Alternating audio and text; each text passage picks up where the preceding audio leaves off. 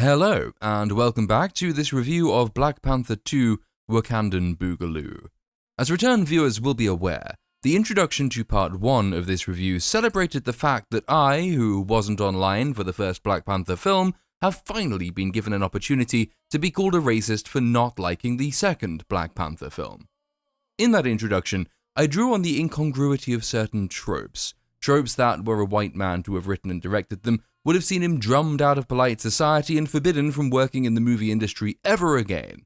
Because in Hollywood, being called a racist is far worse for your career than sexual liaisons with, midgets? After all, if diddling midgets is all you've done, you can always run away to France and be hailed as a national treasure. Here's looking at you, kid, as Roman Polanski allegedly said. Of those tropes specifically, borrowing wholesale from all the superficial regalia of various African tribes and cultures was already straying on the verge of Orientalism. Black Panther, of course, is not an African film, but an African-American film, two things about as closely related as Norway is to Saturn. But that's relatively tactful for Hollywood. I did, though, make mention of the fact that Black Panther's very American creators looked at African tribes and thought, you know how we can best capture the essence of the continent? I know, let's give them spears, dress them in loincloths, and have them make monkey noises when they're angry. And this, I thought, was a bit much. So I mentioned it semi-jokingly because being cancelled for not liking that old, usually quite racist trope would be a very odd reason to be cancelled for racism, akin to saying that defending Jews against Nazis is evidence that you are yourself a Nazi, which is, of course, ridiculous. Correction, which is of course ridiculous to anyone who is not completely fucking mad. Well anyway, predictably enough, a few people, not many, most of you have more than 3 brain cells, but a few people heard that introduction and replied with variants of, OMG, how dare you call the Wakandans spear-chucking monkeys, you Ku Klux c***. And since I got bored of replying to these lemons individually, I thought I'd issue my catch-all rejoinder here. I promise it won't take too long. I said that I didn't like that the film portrayed them as spear chuckers who make monkey noises and dress like a glammed up Tarzan. Because, yeah, it seems a bit racist. If you don't believe me, look, here they are with their spears and their loincloths, and here they are making monkey noises. Is U.S. The new king?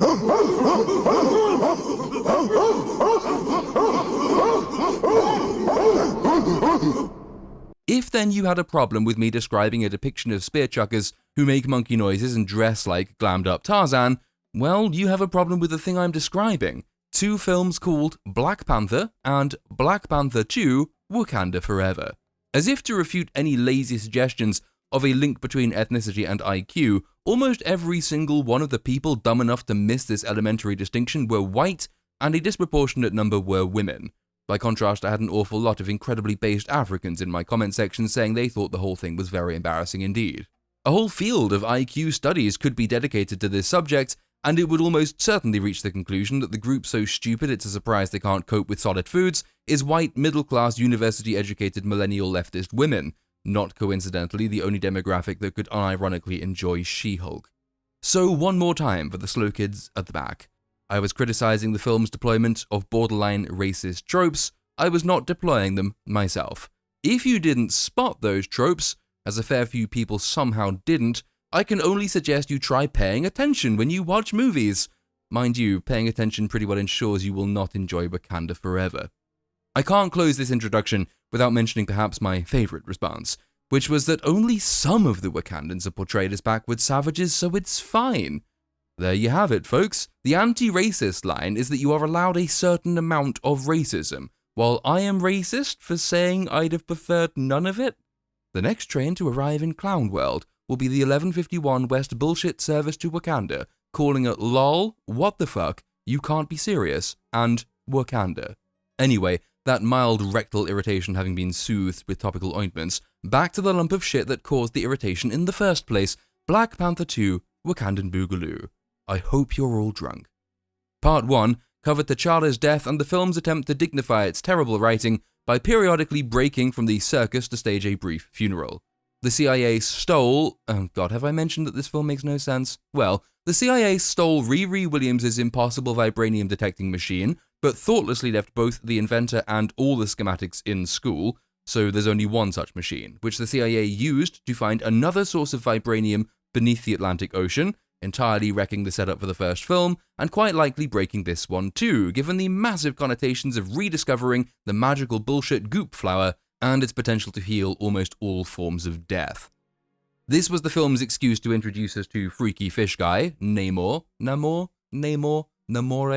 don't know, I think it's Namor, we're gonna run with that, and his troop of Aztec merpeople who attacked and killed the CIA, leading freaky fish guy to Wakanda to ask the Wakandans to kidnap Riri Williams in order that the freaky fish people can kill Riri Williams when she's handed over by the Wakandans, thereby allowing the Aztec merpeople to stay hidden from the world. So Michonne and Shuri went to kidnap said schoolchild, but decided they couldn't justify killing her, so they went to take her back to Wakanda, whereupon they were attacked by the merpeople who kidnapped both Shuri and Riri Williams, even though they wanted to kill Riri Williams. And part 1 closed with Queen Ramonda Valerian, first of her name, stripping Michonne of her rank and titles, blaming her for what was, essentially, Queen Ramonda's failures as both a queen and a mother. Oh, and Chadwick Boseman is dead. Now that we are up to date but no more enlightened, on with part 2. Following Michonne's defenestration, Queen Ramonda goes to the science lab to chat with Shuri's AI about tracking Shuri down, and then she calls Bilbo, who picked up Shuri's Wakandan anal beads from the scene of last night's battle. Wakandan anal beads are one of the nation's biggest exports, flying off the shelves at Ann Summers and Love Honey because they double up as vibrators, mobile phones, GPS trackers, multi-purpose healing instruments, and the only friend for single women. Wakandan anal beads, except no substitute. Bilbo says he's worried the CIA suspects he told Shuri and Michonne about Iron Child, but promises to help the Wakandans in any way he can. Ramonda then asks if Shuri was wearing any other piece of bullshit material, and the AI tells her that, well, yes, she was, but that he lost track of it somewhere in the North Atlantic, though he was able to hear the people who kidnapped her speaking Yucatec Mayan, which I suppose means the Wakandans are about to go and violate the territorial integrity of Mexico. When the CIA does it, it's neocolonialism. When the Wakandans do it, it's not. The standards are so good, you just can't help but double them. Now, it's established that the Wakandans aren't going to tell the Americans about Freaky Fish Guy's involvement in any of this. You'll recall that in part 1, Freaky Fish Guy threatened to invade the notably landlocked Wakanda with his whale-based army of merpeople if they so much as breathed the word of his existence to anyone. You might think this a strange threat, given that his supreme motive for the next 10 minutes or so is to remain hidden from the world. But people tend to notice when you go about invading very important countries, so the invasion amounts to threatening to reveal yourself if anyone dares to reveal you. Not a great plan. The Wakandans do at least have motive for keeping that part of their promise now that he has Shuri as a hostage. The fact that Shuri and Michonne were prepared to break the other and equivalently important part of that promise by keeping Iron Child alive rather than handing her over to be murdered ought to have had a number of potential consequences that the film much preferred we not consider, though this is not a major criticism anymore since the plot has moved on so quickly that we didn't really have time to ask just what Shuri and Michonne thought those consequences might be. Or rather, well, you didn't have time if you were watching the film, but happily on this channel I can take all the time I need. So, motive. Arguably, Freaky Fish Guy has only now, and completely by accident, attained the kind of leverage he needed for his initial threat to make complete sense. Wakanda's silence is only strictly necessary now that he has Shuri. Hitherto, the only reason they went along with him is that he threatened to invade them if they didn't. Though, as previously explained, this didn't really amount to a catch-all threat because he had no way to enforce their silence besides invading them, and the consequences of the Wakandans telling the world about him would have been dire for him even if he carried out his threatened invasion, because the invasion would have carried the exact same consequences as if the Wakandans had revealed the information that prompted the invasion to begin with. In other words, the setup was a lose-lose for Fishman to begin with. And to top it all off, the bizarre chain of events that got us to this position relied on the Wakandans blithely accepting, with no meaningful evidence whatsoever, that Freaky Fish Guy in fact possessed the vast armies he claimed he had. Queen Ramonda in particular is wont to boast, she has explicitly in this film already, that she is the queen of the most powerful nation in the world. Yet that confidence apparently doesn't extend beyond her throne room walls.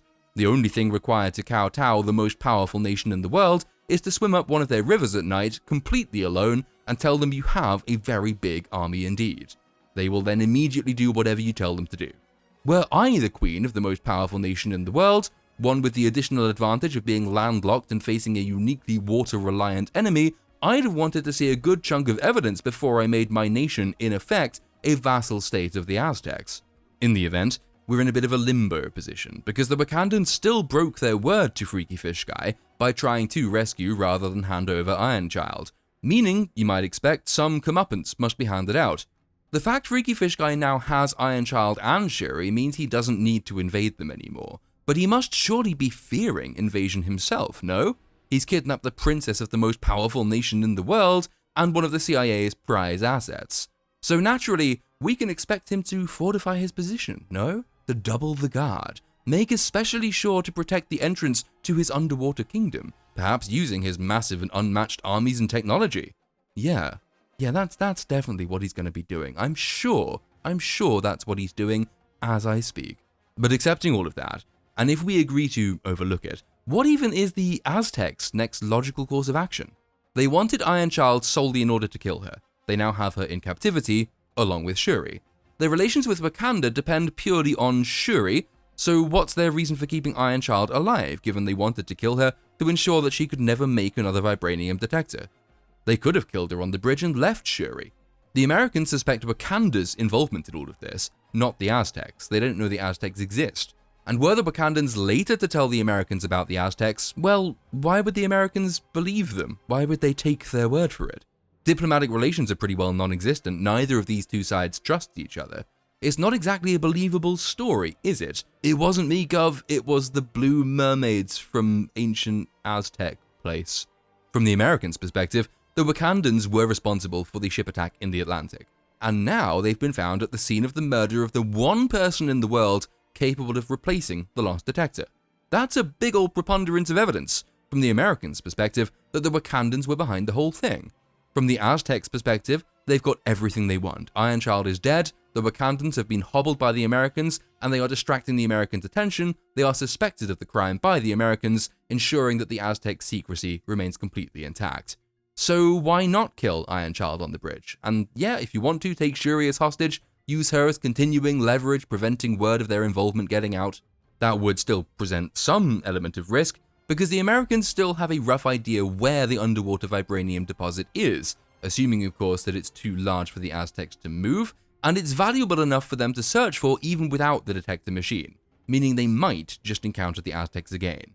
And suspecting Wakanda's involvement, the Americans would likely take more notice of where Wakandan agents and forces are at any given time, so they might eventually have to realize that it couldn't be the Wakandans who were responsible for their submariners being repeatedly murdered.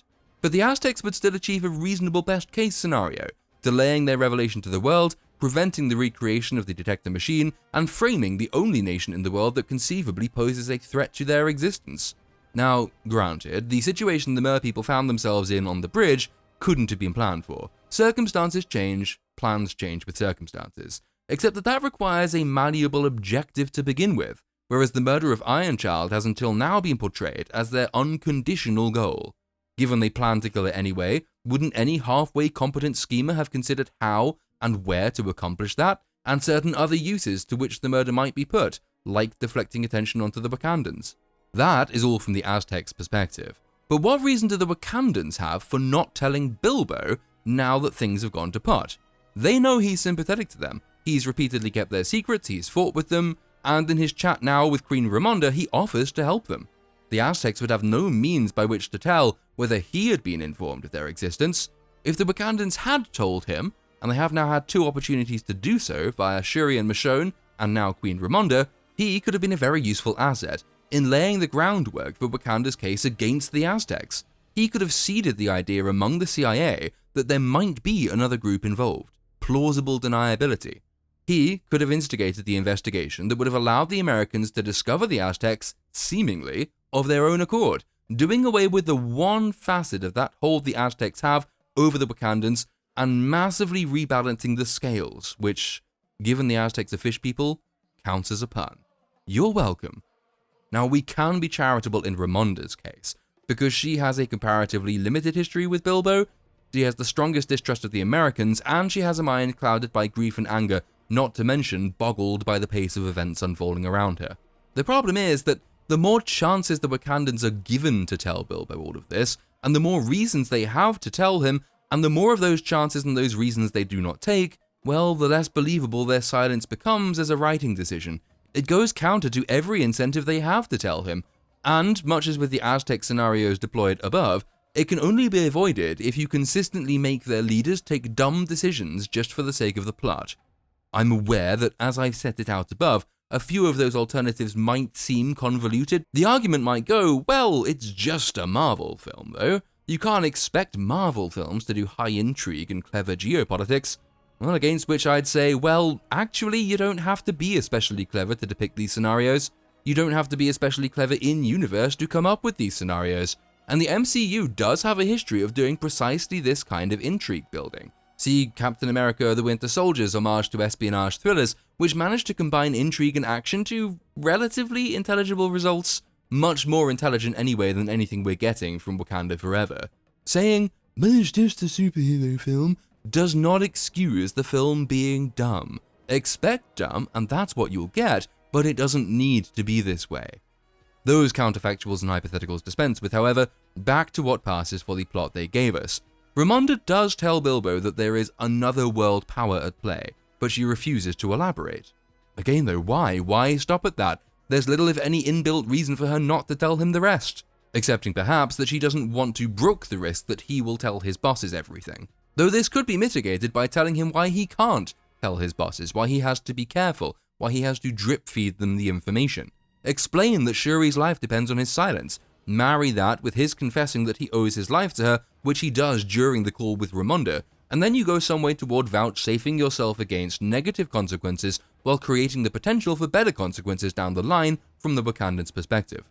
We have to assume that Bilbo will find out the truth eventually, but for now, we're off to Haiti, where Ramonda meets Nokia to chastise her for missing T'Challa's funeral, because he's dead. He's dead, remember? Remember Chadwick Boseman died. Joking aside, this film is at its strongest in these moments. It does manage to convey some of the emotional weight that is ostensibly its reason for being, though the issue thus far has been its inability to marry this emotional weight with its plot, which really ought to be its reason for being. The scene between Ramonda and Nokia, like the funeral at the beginning, feel like holidays from the plot, to be welcomed because they look, feel, and sound entirely different. The film has two discrete purposes, giving an homage and telling a story. I'd have much preferred an approach that saw these things either as symbiotic points or else combined to form one purpose, a story that is also an homage. As presented to us, however, the story itself only occasionally overlaps with the homage. It's difficult to jump from Aztec mermen riding on attack whales to a sincere remembrance of a loved one and an actor. The story's other failings, as well as its action set pieces, are of course frivolous and lightweight, meaning we have to be yanked away from them for the film's serious moments, and then yanked away from the serious moments for more silly MCU fun. It's a bit like going to your best friend's funeral and having the service periodically interrupted by a passing circus. Incidentally, it says something about the pointlessness of the first Black Panther film that I actually had to look up Nokia to find out what relevance she has to the plot. I had completely forgotten that T'Challa had a girlfriend. It's not exactly a relationship for the ages, and it goes back to the point I made in part 1 about the emotional severity of Boseman's death being too great for the capacity of emotion we can attach to the character he portrayed. The grieving estranged lover and his or her difficult relationship with those she might once have wished were her family is a setup with an awful lot of potential, but it's hard to realize that potential when the bereaved party isn't really a character in her own right, one the audience brings in significant pre-existing attachment to. Not to mention when she's only given a few minutes of serious dialogue anyway before she's sent fishing for mermaids in Mexico. It's the difference between understanding these interactions logically as if you were reading the script for the first time and actually inhabiting these characters and the tragedies they're involved in. Wakanda Forever does do a reasonable job of making sure the audience understands why the characters say what they say and act the way they do. But the character's short history, the general nonsense of the first film, and the silliness of this one preclude any kind of investment in its characters that Wakanda Forever really needs in order to make its emotional points felt by the audience. Then, Ramonda Valerian, first of her name, recruits Nokia to go and infiltrate the lair of the fish people. So we jump over to the lair of the fish people, where Iron Child remains for some reason unmurdered and imprisoned with Shuri, who is to be treated and dressed as a captive princess. A trope the film wants to make sure we know that it knows is a trope by having Iron Child list off a few Disney-owned films where it's happened before: Indiana Jones, Princess Leia, Beauty and the Beast.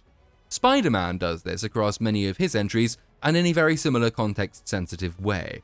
Leaving aside that it's also a clever marketing nudge to the audience, Spider-Man does this quite charmingly, while Iron Child, not so much.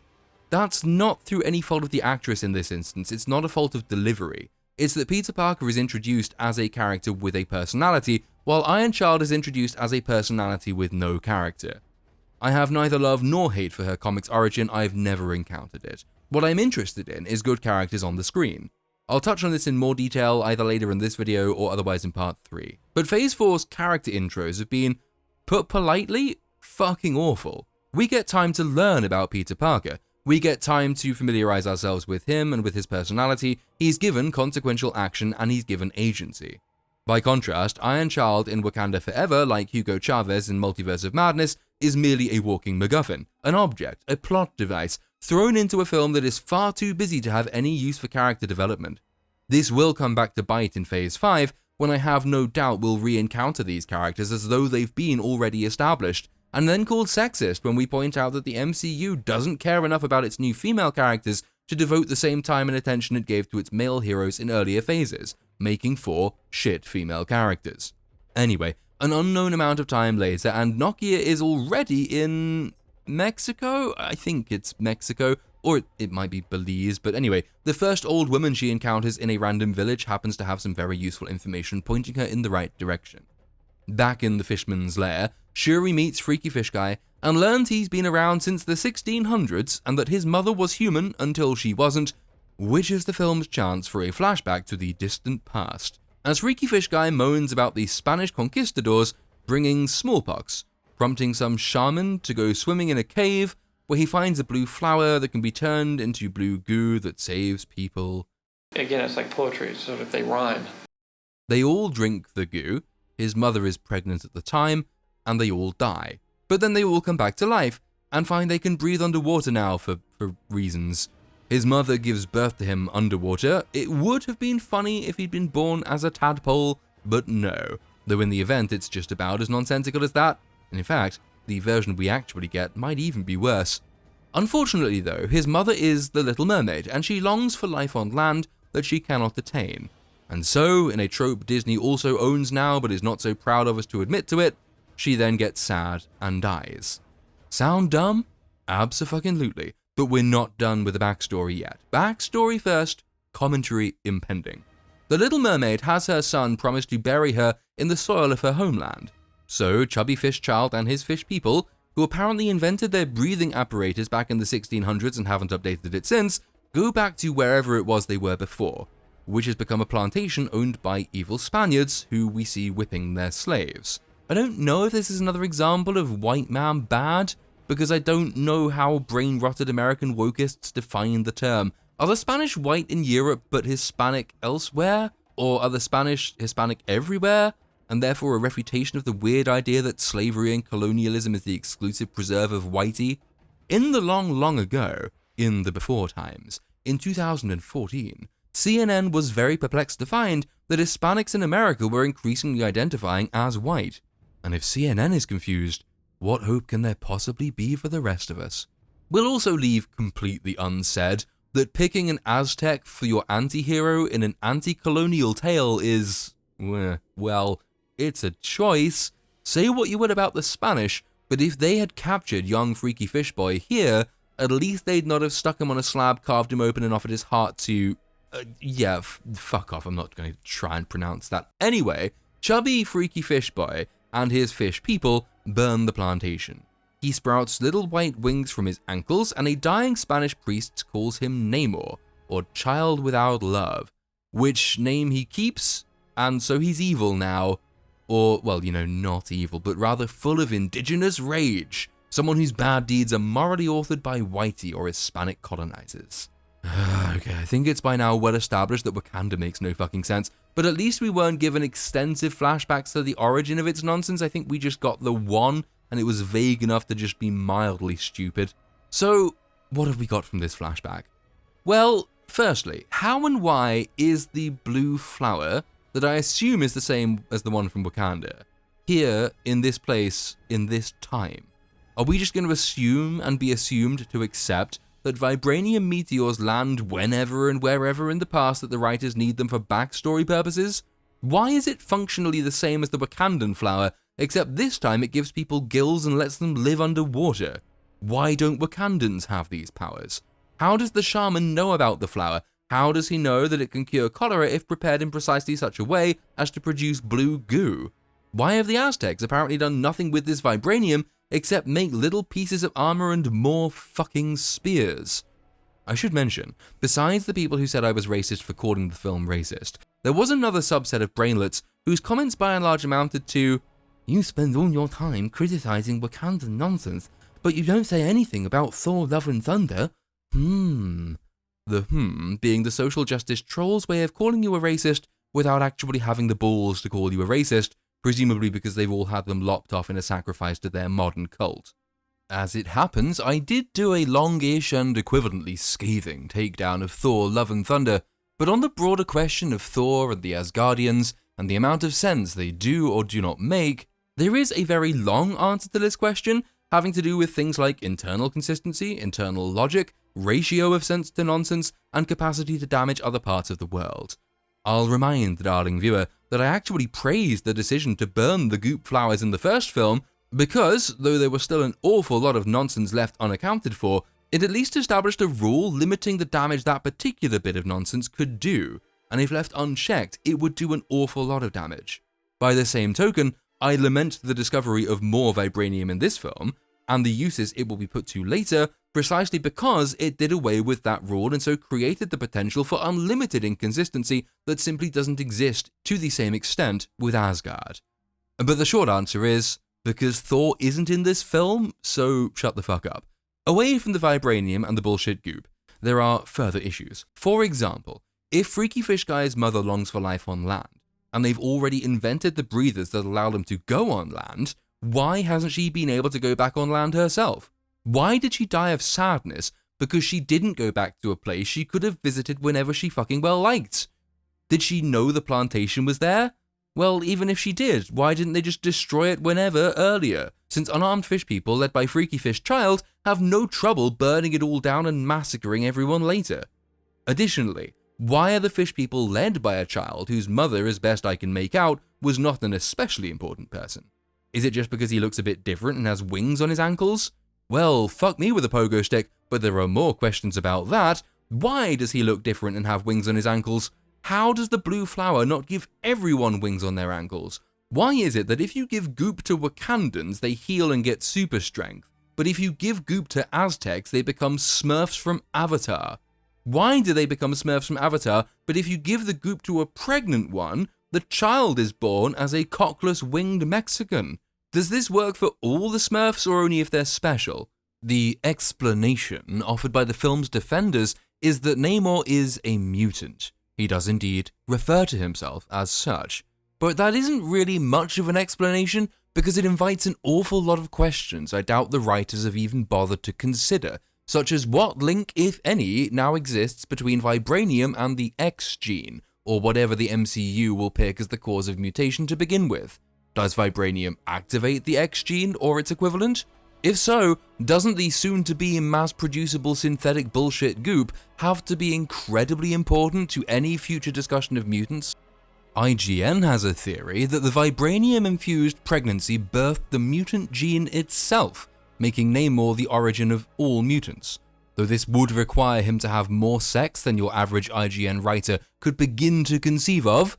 Granted, any amount of sex is more sex than your average IGN writer could begin to conceive of, and this might be tricky to accomplish given that Marvel CGI'd his balls out of existence, as I will never tire of pointing out, because someone somewhere gets paid to digitally shrink penises, and this is a very funny job, if also rather tragic for all involved. Alternatively, if vibranium and the blue goop had nothing to do with the mutation, would he always have been born with his little ankle wings and such?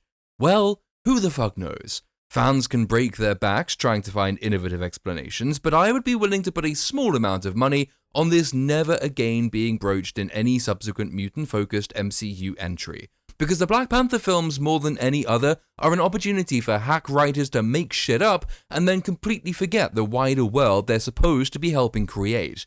Rules in writing, rules in world building are good things. They are, ultimately, what makes stories make sense, what allows the stakes to be known and understood.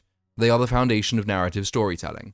People who claim this isn't so, that rules don't matter, would have to accept that they'd have no problem now if the Death Star suddenly showed up at the end of this film, launching Harry Potter on a rainbow unicorn shouting, "It's Morbin time."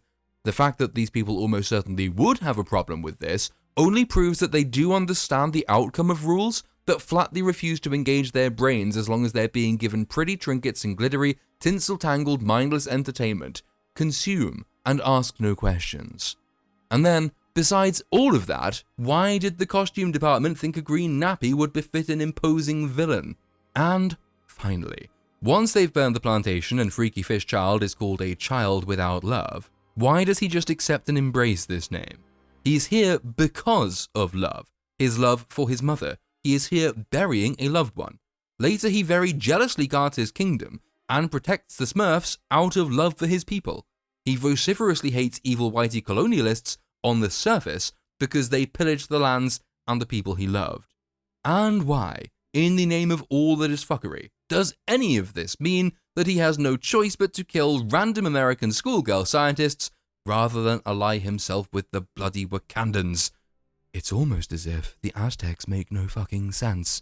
Back in the present, Shuri asks, "Why are you telling me all this?" To which the correct answer is, "Because I'm a villain and villains need backstories." But to which the show's answer is, "So you can understand why I do what I do and why I need to kill Science Girl." And here we encounter once again the problem I raised earlier, having to do with the continued existence of Iron Child. If Freaky Fish Guy is committed to this position, as he has been for the duration of the film thus far, she should be dead. Even if you didn't take the politically savvy options I laid out earlier, what's to stop you killing her now? If she has to die, whatever Shuri says, why isn't she being killed right now? Why wasn't she killed back in America? The feasible explanation is that Freaky Fish Guy wants to win Shuri over and is worried that she won't listen to him if he kills Iron Child in front of her. But even that makes dangerously little sense, because nothing about his motive so far is contingent on him convincing Shuri of anything. If he were keen to win her over, to win Wakanda over, then his earlier tactic of turning up in the dead of night and threatening to flood Wakanda with fish, a mortal threat, by the way, that Shuri has already either forgiven or forgotten about, was dumb.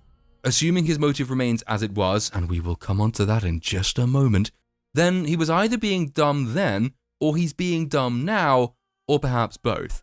There is no scenario I can come up with where he is not being dumb and contradictory. Again, assuming he remains as fanatically devoted to his existing intention as he has been until this point, there would be nothing to stop him having Iron Child killed somewhere else while he's talking to Shuri, something that would have been much easier to accomplish had the Aztecs not decided to place these two highly valuable and potentially dangerous hostages under lighthouse arrest in the same damned room. The only way this can be even partially reconciled is to suggest that his motivations are shifting and he is exploring some new opportunity, an alliance with Wakanda perhaps. But A, the film does a shit job of framing it that way, even granting that that is its intent. And B, it cannot be properly reconciled even then, because if an alliance with Wakanda supersedes your desire to kill Iron Child, you could have exploited the rich opportunity for an alliance that I laid out in part 1, at the point of their first meeting, and then you would have saved me the trouble of having to watch this tortuous mess of a film. If anything, he'd now be pursuing that goal under less favorable terms than those that were so blindingly obvious when he first rocked up in Wakanda. It's almost as if the Aztecs make no fucking sense. Shuri offers to take Iron Child back and keep her in Wakanda. Freaky Fish Guy says, nah. Shuri offers herself instead, but Freaky Fish Guy says, nah. However, you can come meet SpongeBob if you like. The ocean will kill you unless you wear a suit, But luckily, we just kind of have some of those lying around for when we show all those humans who don't know we exist around our magic underwater kingdom that they'd never visited. What follows then is a long and largely tedious underwater journey to Otogunga, Atlantis, Talocan, capital city of the Gungans, Atlanteans, submarine Aztecs. Swim up to his castle, then Flounder will splash around to get his attention, and then we'll Down go... here is your home. Ariel, listen to me. The human world, it's a mess. Life under the sea is better than anything they got up there.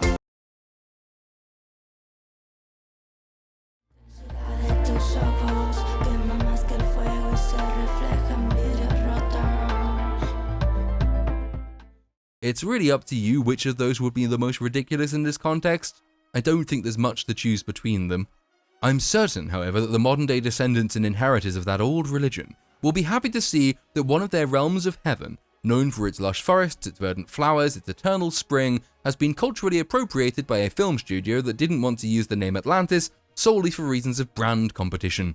Up on the shore, Nokia's AI decides that it can locate Shuri's spare anal beads after all, and so she goes down with her flying floaty motorcycle thing to investigate the underwater cavern where Talocan, capital of the Aztecs, is to be found.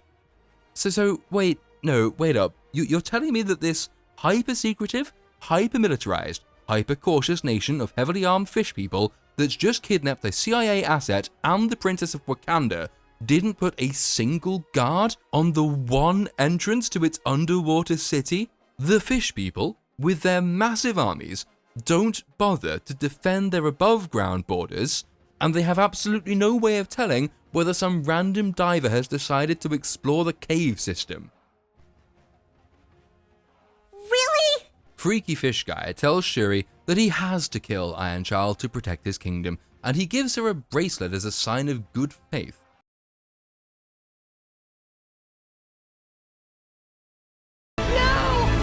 She asks why her ancestors gave her the skills to save her brother, yet she couldn't save her brother, which is exactly the conversation you'd expect to take place between her and a random fish man who had her kidnapped and who she's only just met. Then she tells him that as the Princess of Wakanda, she still can't let him kill Science Child, which he shouldn't have even needed to anticipate because absolutely nothing about any of this is dependent upon convincing her that it's the right thing to do. If Iron Child has to die either way, have her killed somewhere else. Let Shuri believe that she's still alive if you want to try and strike some kind of alliance. But if the alliance wouldn't change that Iron Child must die, then there is no reason to wait until after you've spoken to Shuri. Either she agrees, in which case you pretend to give the order, knowing, as Shuri doesn't, that she's already dead, or she doesn't agree, in which case she's still already dead. But then, would we have had the opportunity for Freaky Fish Guy to moan that the peoples of the Surface Nations have conquered and raped and pillaged indigenous folk for centuries in a quest for mere resources? Would the film have been able to get in its boilerplate knockoff anti-colonial messaging, conveniently ignoring that for even more centuries indigenous people, notably and brutally the Aztecs, did exactly the same, and worse? Well, yes, actually it would, because Iron Child has to die either way. There's no in-universe reason not to kill her. The out-universe reason, of course, is that the writers needed to contrive a way either for Freaky Fish Guy to be convinced of the error of his ways, or, and more likely, for Shuri to break Iron Child out of prison and escape the Sea Kingdom. This happens because the rest of the plot has to happen, otherwise known as contrived bullshit. But you might be wondering why, besides the obvious reasons, would Freaky Fish Guy be seeking an alliance with the Wakandans? And everything you've seen and learned about and heard so far would lead you to believe that it would be an alliance for mutual interest in staying hidden and protected, mutual interest in preventing vibranium proliferation, prosperous ties between the two most powerful nations in the world, a sure defensive alliance against any outside threat. All of which were the motives for him to try and strike up the alliance at their first meeting, when he instead opted for the insane threat of invasion unless the Wakandans let him kill Iron Child. But no, that would make too much sense. So, Freaky Fish Guy then explains that the surface world will come for them all sooner or later, and the fact that they got the detector machine proves that the time is now. Even though it isn't, because the CIA is dumb and didn't bother to pinch the schematics, as the Wakandans well know. So he needs to know whether Wakanda is an ally or an enemy. Adding another issue. Shuri has promised to take Iron Child back to Wakanda and keep her there. If you're willing, as Freaky Fish Guy, To entertain the idea that Wakanda might be an ally, you implicitly believe that they are trustworthy, or at least might be. In tasking them with kidnapping Ironchild in the first place, and then not to tell anyone else what they're doing or why or for whom, you've already placed significant trust in them. In which case, given that the trust is there, and that the film has now decided that forging an alliance is his goal, an alliance which would accomplish their shared desire to stay hidden and protected, well, why not let the Wakandans take Ironchild back to Wakanda on the condition that she never leaves? But no, because you see, his goal up until this point has been to stay hidden from the world. But now, for no adequately explained reason, in fact, for no conceivable reason whatever, he says that he wants to go to war with the whole world. And then, in case these shifting motivations weren't already ridiculous enough, he then seems to suggest that Ironchild could be allowed to live, after all, if Wakanda agrees to partake in a first strike against the rest of the world, but that if it doesn't do that, she will die, and Wakanda will be the first nation to fall. I'm very confused.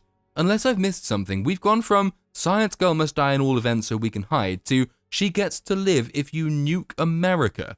This last as the culmination of his plan to forge an alliance that he didn't care about until 5 minutes ago. The entire setup precludes this. He told the Wakandans to hand her over. He sent his fishmen to kill her. By a complete fluke, his fishmen captured both Shuri and Ironchild and brought them here to Talokan so they could have this conversation. He can't have planned for this moment. It wasn't part of the mission. It doesn't appear to have been part of his thinking until the precise sentence that introduces it as a prospect. Amongst the very many obvious questions, if your plan at the start was to forge an alliance with Wakanda, why would you not have used the opportunity earlier in the film to put the proposal to the Queen? If the Wakandans refuse the first strike idea, nothing about the outcome changes. You go to war either way. If Ironchild is now a bargaining chip, why would you threaten the Wakandans with war for not handing her over when you could have said, this is someone who knows something we both have an interest in, please take her and keep her safe, and we will be your ally, and we will have a mutually advantageous relationship. If the fear is that you'll be discovered by the rest of the world, you could use her as a bargaining chip for that alliance, and for Wakandan stealth tech and other protective measures, thus staying hidden, which was Freaky Fish Guy's motive until 5 minutes ago. Wakanda was kept safe and hidden for centuries, despite being much less naturally hidden than Talokan. Wakanda revealed itself by choice. Combine Wakandan stealth tech with Aztec might and maybe some basic precautionary measures like guarding the approach to your underwater kingdom, and you will be fine. Wakanda get the scientist, nobody else can detect vibranium, nobody knows of the Aztecs' existence, and your kingdom is stealthed and underwater. The reason you want to get Ironchild out of the picture is that you don't want to be discovered by the wider world, yet here, the plan is to nuke and invade the wider world with or without Wakanda. But if that's your plan, why the fuck are you waiting? Why is Ironchild even a consideration in any of this? The rest of the world will notice if you nuke it. I've tried for some time to make the obvious but lazy counter-arguments make sense. Those being either A, that all this was his plan from the beginning, except that it can't be that because he cannot have predicted the events that unfolded during the kidnapping of Ironchild, and his troops were only prevented from killing her by Michonne, and they couldn't have known that Shuri would surrender to them. Or then B, that he's just a chancer, a spur-of-the-moment schemer, always reacting to events and maneuvering for the best position, which doesn't really make one iota of sense either, because his motivation has just shifted to fanatical genocider. No mere chancer would decide that nuking the world was the safest short-term bet. No, the only explanation that makes any sense at all is that writing is hard. And these writers, in particular, are morons of the highest order. But hey, at least we get payoff from the line we heard in part 1, Shuri talking about wanting to burn the world. Freaky Fish Guy overheard her saying it, so he now suggests that they burn it together. I'm not quite sure that's quite what she had in mind. It shouldn't have been what she had in mind. It would be monumentally out of character for her to even consider it. But the implication is that she is at least considering it, because we get a lingering shot of her looking troubled, and then we jump away to Langley.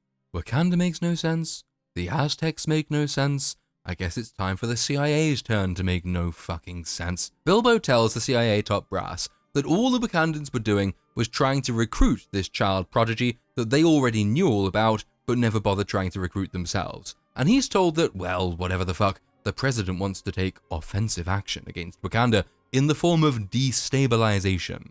Though the film can't quite decide what destabilization means, because the conversation quickly turns to the wisdom of attacking the nation, to use Bilbo's words, whose military capacity we cannot possibly comprehend. That is not what destabilization means. As for direct attacks, isn't the world already well aware that the Wakandans have vibranium? The Americans have already had knowledge of some of its properties for years via Cap's shield, and then whatever Wakandan tech they could have picked up from Gollum on the black market. Does the world not know what Wakandan forces are composed of, given the events of Infinity War and the involvement of several non-Wakandans in it? Do they not know whether vibranium protects against nukes? Does the US Army not vastly outnumber and outgun what is still a relatively small African nation in terms of its population size?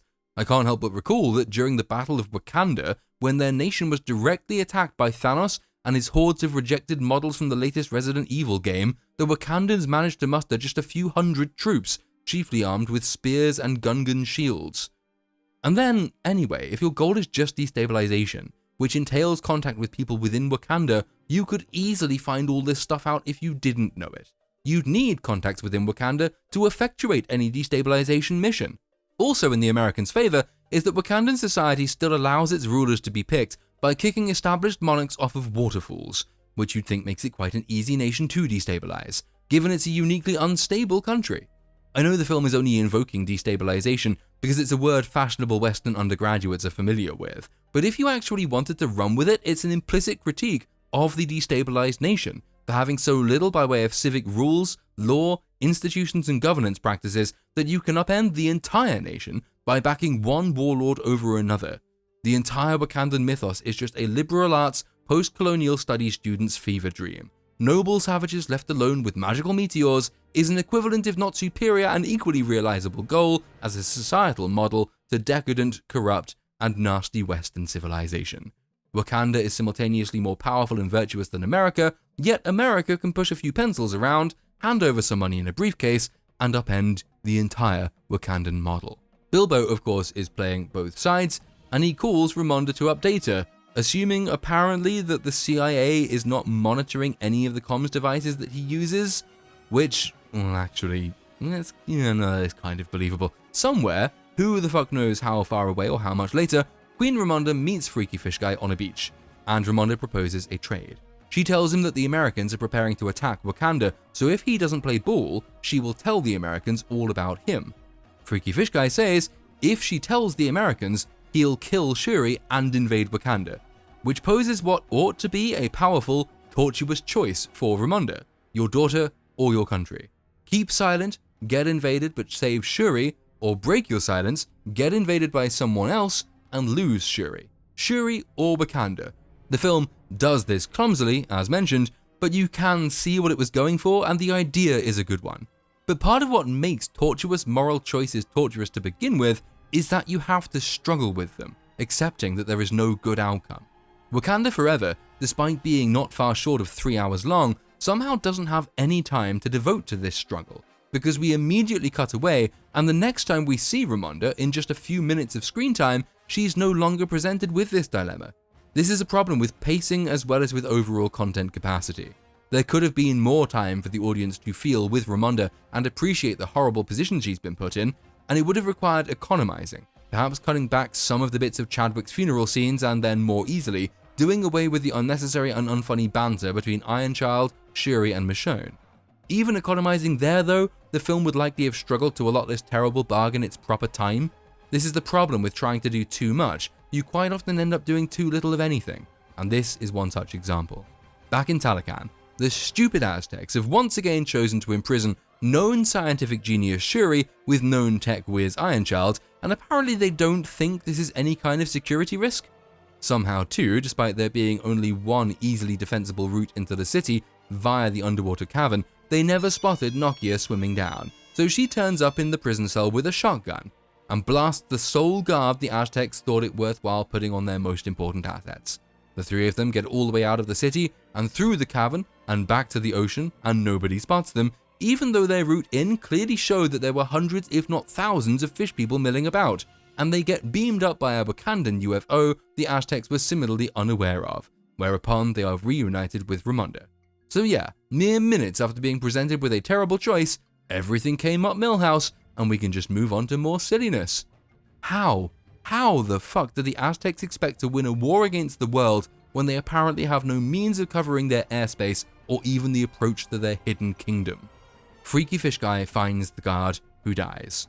Even though I'm pretty sure we were told she was hit with a sonic round, and even though the Aztec magic has previously been used to reanimate people with mortal injuries, but oh well, the Freaky Fish Guys are going to war. Shuri gets back to the science lab, and Ramonda gives Ironchild a tour of the Wakandan palace. Ironchild says the stories don't do this place justice, once again prompting us to ask just how much random schoolgirls could know about what was, until a few seconds ago, the world's most completely secret, secluded and unknown African kingdom. Nokia then bumps into Michonne to explain why she just disappeared at the end of Infinity War, lest we end up thinking that it was because the MCU had no narrative use for her. Then, huge bodies of water just randomly explode from inside houses for no discernible reason, indicating an attack by the merpeople, and M'Baku jumps into the scene, he jumps into the water, which is not what I would have done if I were a land-based African warlord and I knew my enemies lived in the water, but hey-ho. Shuri insists on flying off to provide air support, while M'Baku runs into some Aztecs on their whales, who surface to start singing their suicide songs that mysteriously only affect a few people but leave most of them absolutely fine, meaning M'Baku can twat people with a stick. Such an advanced society. And Michonne can throw some grenades at the fish people. Wakanda then forgets it has air superiority, so it's up to M'Baku to challenge Freaky Fish Guy alone, which he does, but he gets one-shotted, though he doesn't die. We learn that Wakandan air support, when it does finally arrive, is no match for Freaky Fish Guy's winged ankles, and he manages to yeet all 4 of Wakanda's ships, most powerful nation in the world, and it can send 4 ships to defend its capital city. It can't even take out a flying fish. Like all good air forces, Wakandan ships are only equipped with munitions that have to be fired at extremely close range, while the backward Americans and their Apache attack helicopters can blow things up from several miles away. With the measly 4 ships out of the way, Freaky Fish Guy is free to go and blow up the Wakandan throne room with his water grenades. Ramonda saves Ironchild from under the many hundreds of liters of water that just now exist whenever and wherever they're required, but she drowns in the attempt. And even Wakandan anal beads can't bring her back to life, though they do manage to revive Ironchild. Because, as we established in the live chat during Part 1's premiere, Wakanda's secret weapon isn't really vibranium, it's contrivium. Ironchild is just as full of water as Queen Ramonda, but she survives because the MCU needs her for later, while Ramonda dies to provide character motive and because the MCU doesn't need her later. Here, anyway, passes Ramonda of House Valerian, first of her name, Queen of Wakanda, but apparently not the 7 Seas. Freaky Fish Guy threatens to return with his full army in 7 days, unless Wakanda agrees to nuke the rest of the world.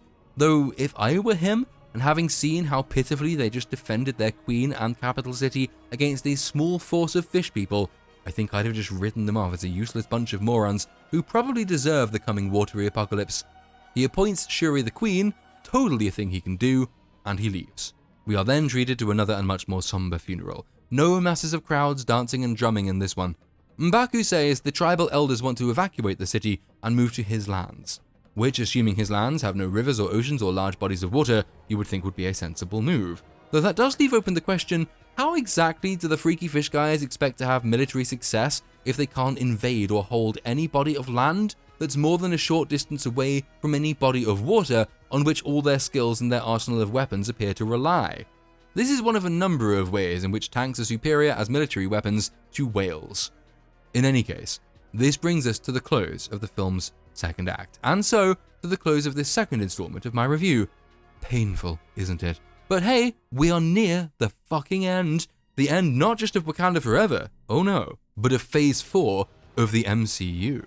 Next up on this channel will be Wakanda Forever Part 3, rounding off this year's Marvel coverage. I'll then take a quick break to get some short and positive reviews out on my second channel, probably focusing on House of the Dragon and Andor, and then it's back to the grindstone for Rings of Power Part 3. For now, see you next time, folks.